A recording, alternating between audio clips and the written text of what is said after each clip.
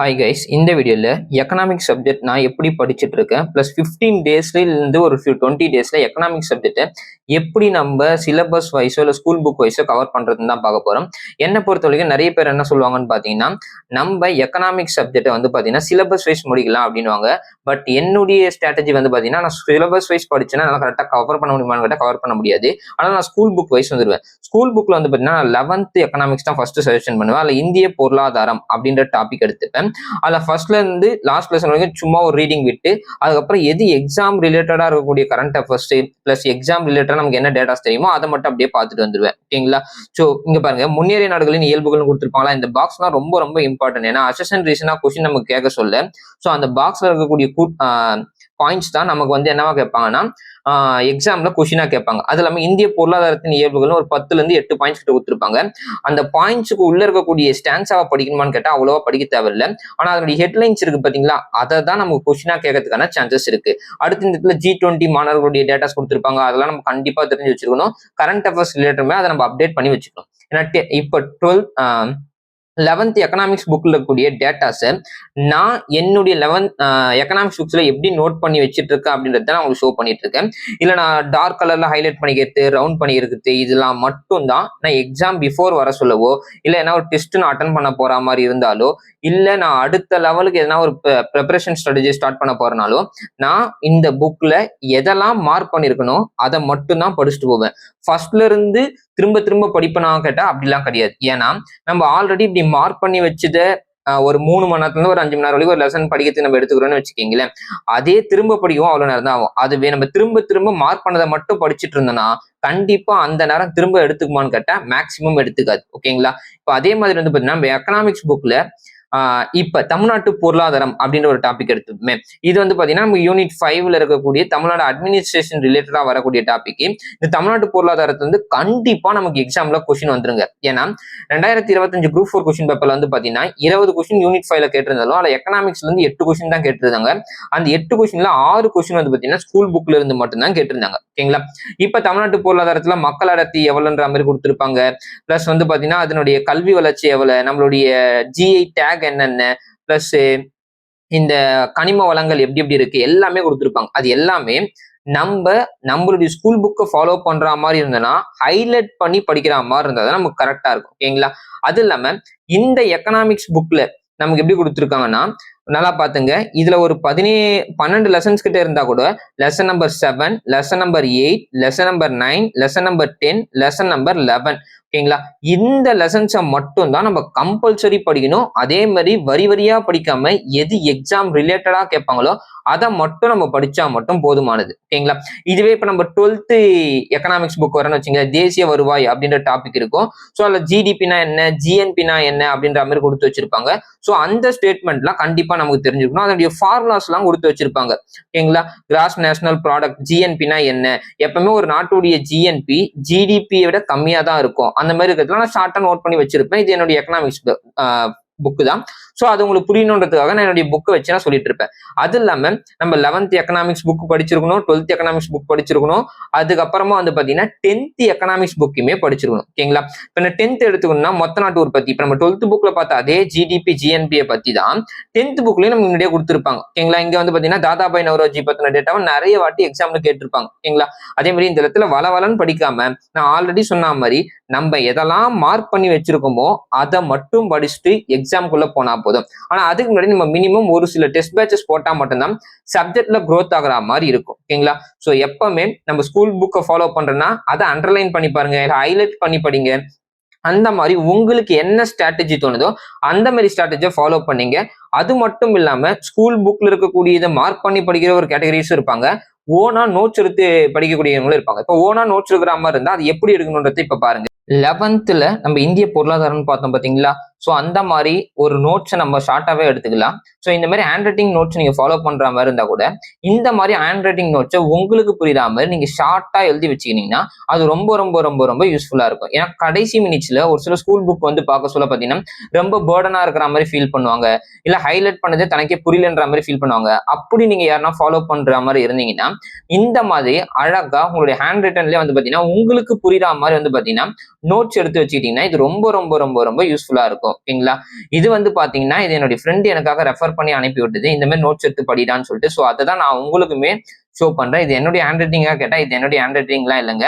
But ஆனா இந்த notes ரொம்ப நல்லாவே இருக்கு. ஒரே ஒரு டாபிக் மட்டும் இப்படி அமைச்சிருந்தாங்க. ஸோ நீங்க இந்த மாதிரி நோட்ஸ் எடுத்து படிச்சா கூட உங்களுக்கு ரொம்ப ரொம்ப ரொம்ப ரொம்ப யூஸ்ஃபுல்லா இருக்கும். இப்போ நம்ம என்ன பண்ண போறோம்னா 11th புக்ல இருந்து பிளஸ் இப்போ ஒரு லெசன் முடிச்சிட்டோம்னா, ஸோ இந்த மாதிரி நான் நோட்ஸ் எடுத்து படிக்கிற மாதிரியும் படிப்பேன். நெக்ஸ்ட் ஒரு லெசன் படிச்சதுக்கு அப்புறமா நான் என்ன பண்ணுவேன்னு பாத்தீங்கன்னா ப்ரீவியஸ் இயர் கொஸ்டின் பேப்பரை எடுத்து பார்ப்பேன். அதாவது இன்னைக்கு நம்ம முடிச்சிருக்கக்கூடிய டாபிக்ல ப்ரீவியஸ் இயர் கொஸ்டின்ஸ் எப்படி கேட்டிருக்காங்க, அதுக்கு நம்மளால ஆன்சர் பண்ண முடியுதா அப்படின்ற மாதிரி நம்ம பார்ப்போம். சரி இருங்க, ப்ரீவியஸ் இயர் கொஸ்டின்ஸ் எப்படி இருக்குன்னு பார்ப்போமா? இதுல பாருங்க, இந்த ப்ரீவியஸ் இயர் கொஸ்டின் பிடிஎஃப்ல வந்து பாத்தீங்கன்னா டாபிக் வைஸாவே இந்திய பொருளாதாரத்தின் இயல்புகள் அப்படின்ற டாபிக்ல பேஜ் நம்பர் 1ல இருந்து 16 வரைக்கும் மொத்தம் ஒரு 24 கொஸ்டின்ஸ் கொடுத்துருக்கோம். அப்ப அந்த டாபிக் நான் முடிக்கிறேன்னா இந்த 24 கொஸ்டின் என்னால போட்டு பார்க்க முடியுதா அப்படின்றத செக் பண்றதுக்காக இப்படி ஒரு கொஸ்டின் பேங்க் என்கிட்ட இருந்தா ரொம்ப ரொம்ப யூஸ்ஃபுல்லாக இருக்கும். அந்த மாதிரி சிலபஸ் வைஸ்ல இருக்கக்கூடிய டாபிக் வைஸ் நம்ம பிரிச்சு ஒவ்வொரு டாபிக்குமே எவ்வளவு கொஸ்டின்ஸ் இருக்கா மாதிரி இண்டெக்ஸ் கிரியேட் பண்ணி டோட்டலா வந்து பாத்தீங்கன்னா ஒரு 487 பேஜஸ் இருக்கிற மாதிரி ஒரு பிடிஎஃப் கிரியேட் பண்ணி இதுல ஒரு 851 கொஸ்டின்ஸ் இருக்குங்க. ஸோ இதை தான் நம்மளுடைய இன்ஸ்டாகிராம் பேஜ்லுமே நான் போஸ்ட் பண்ணி இதனுடைய பிரைஸ் வந்து பாத்தீங்கன்னா நீங்க தெரிஞ்சுக்கணும்னா நம்மளுடைய வாட்ஸ்அப்புக்கு கான்டாக்ட் பண்ணுங்க. ஸ்கிரீன்ல தெரிய வாட்ஸ்அப் நம்பர் நீங்க கான்டாக்ட் பண்ணீங்கன்னா இது எவ்வளவு பிரைஸ், ரொம்ப ரொம்ப கம்மி பிரைஸ்க்கே என்னுடைய ஸ்டூடெண்ட்ஸ்க்கு நான் கொடுத்துருக்கேன்.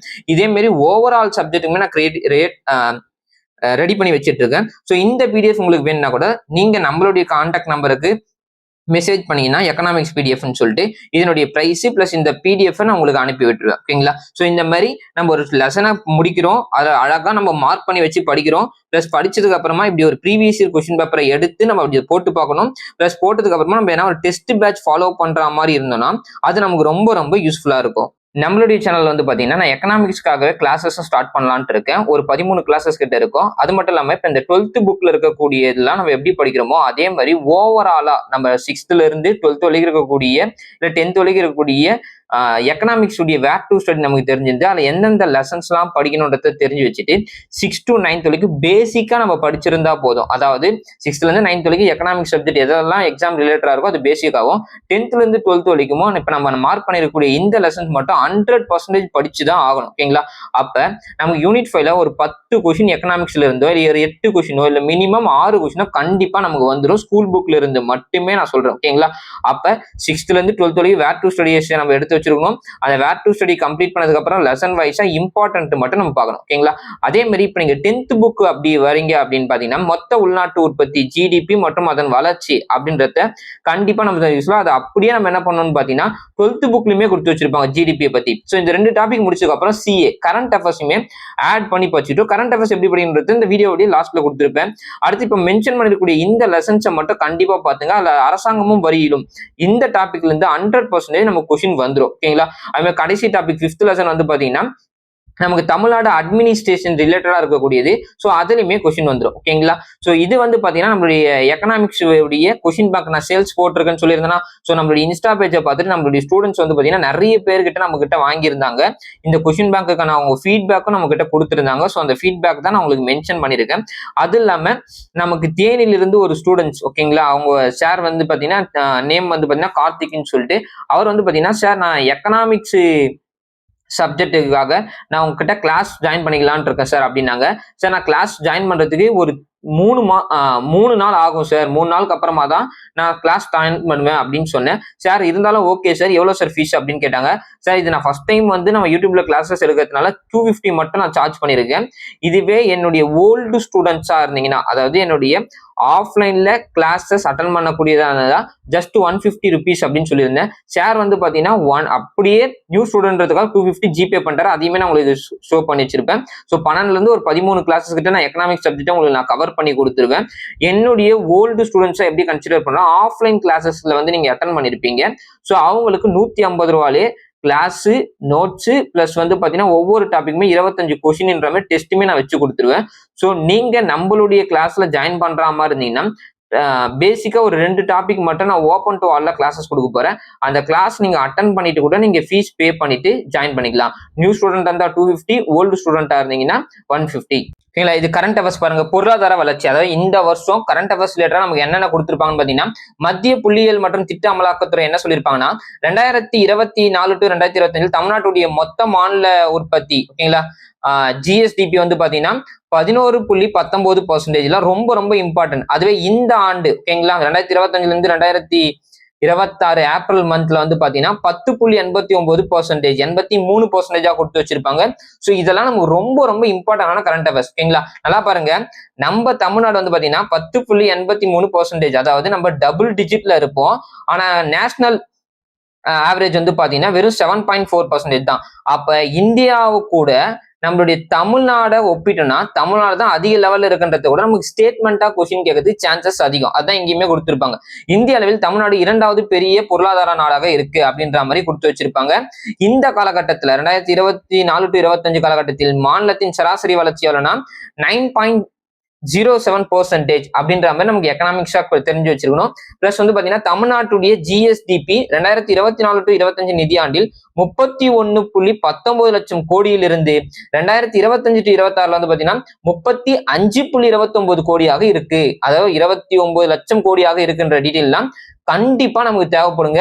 சோ அது மட்டும் இல்லாம பெர் கேபிட்டல் இன்கம் அப்படின்னு சொல்லக்கூடிய தமிழ்நாட்டின் தனிநபர் வருமானம், இது நம்ம 11th எக்கனாமிக்ஸ்ல படிப்போம்.